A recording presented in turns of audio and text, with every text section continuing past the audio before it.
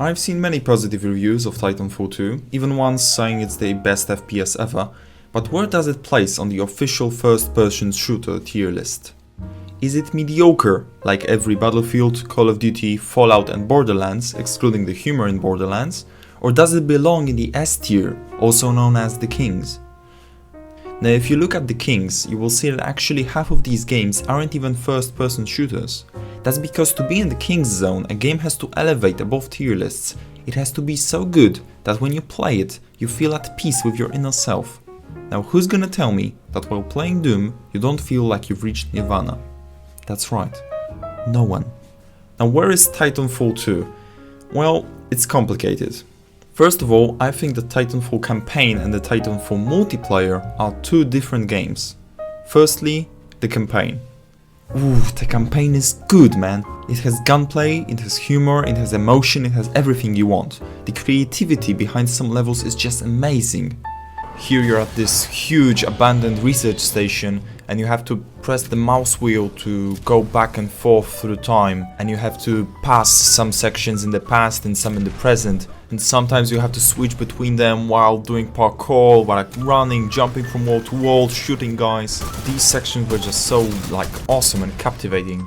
Here you're at this huge assembly line and 15 minutes in you realize, wait, this is an IKEA. Fact, I read that on the wiki. BT is also such a good companion. You just start to feel an emotional connection with this guy. It comes naturally. None of his dialogue feels forced or fake, cause he's a robot. It's genius. His lines are made to be as short and helpful as possible. Cooper and BT have a few humorous interactions. Hell yeah. What a hot streak. Your vitals do not indicate a temperature problem. Do you wish for me to investigate this hot streak sensation further? It's just an expression, BT. It means I've been killing a lot of enemies quickly. Understood. I have added hot streak to my vocabulary. I have had numerous hot streaks within the past 38 standard hours. And even though they might not seem so funny played back, in the game they fit perfectly, because it is what would happen IRL if you had a mech. Sometimes they're a bit awkward, but that's what makes them so alive. The only actual downside of the campaign is the length, or rather the lack of it. I played through the whole thing in around 4.5 hours. I feel like stretching the campaign more maybe would have made it a bit tedious, but it does leave an unsatisfied craving for some more action. Overall, it's fantastic, you should play it. The game is worth it for the campaign alone. When it comes to multiplayer though, don't get me wrong, it's fine, it honestly is. I had fun playing a few matches, but after a few hours I just don't feel that magic. While the campaign had some sort of atmosphere, like when they said, "Stand by for Titanfall!" you can feel shivers down your spine and then the Titan drops from the sky like...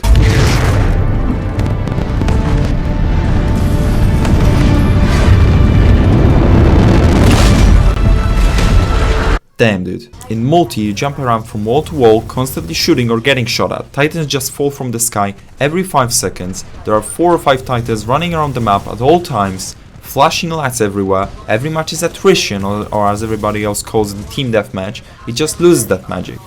With BT, I felt something between us, you know? We were planning to settle down in a nice suburban neighborhood. Maybe 2 kids, maybe a dog. In multi, you don't really give a damn about your mech. You can have another one in 2 minutes, so why bother saving it? The multiplayer is very chaotic and very colorful, but I feel it's not colorful in a good way, like my boy Doom for example. It's a bit like Black Ops 3 when on your foot, and Hoken when you're in a mech, but both of these games are dumbed down to only a few buttons, so you have to constantly switch between them. Multiplayer also lacks a tutorial, which brings me to my next point, the learning curve. It looks like this. The first half an hour is a bit frustrating, you don't know where you are, what you're supposed to do, and you're just getting shot at from every direction. And after 1 or 2 hours you pretty much know everything about the game. Which leads me to my next slide. Yes, next slide please. Unlocks. In games like Battlefield or Call of Duty, you unlock things when you level up. Pretty simple. You get both cosmetic and gameplay enhancing elements. But the trick is to make people think that they unlocked something, but don't actually make them just outright more powerful than the guys that didn't unlock anything. This makes leveling up exciting and gives you a reason to play, but also doesn't make the guy that just spends 30 hours a week on the game overpowered. In Titanfall 2, they tried to do that, but it doesn't really work out. Most unlocks, if not all of them, you know from the campaign, so it's not really exciting to get something new, and the first rifle you get isn't that different from the last one you get. I actually preferred the first one, so that what was the point of unlocking all the other ones? I also had all the Titan classes from the start, but that's because I bought the Ultimate Edition on Steam, so I had some things unlocked already, but that's the only edition available on Steam. About Steam, the game actually recently became available to play through Steam after being on Origin for 4 years, the EA platform. Now when you play it on Steam, it opens Origin, which in turn opens the game. As you can imagine, this has caused several issues, one of them being that the game occasionally crashed and sometimes it would switch from full screen to windowed for no reason, but it doesn't really happen that frequently, so it's not a big problem. Actually, the bigger one is that you have to play with other people that have played for 4 years. In Titanfall, just like in Call of Duty, you have prestige levels. You hit the level cap, you can reset it to flex on other players.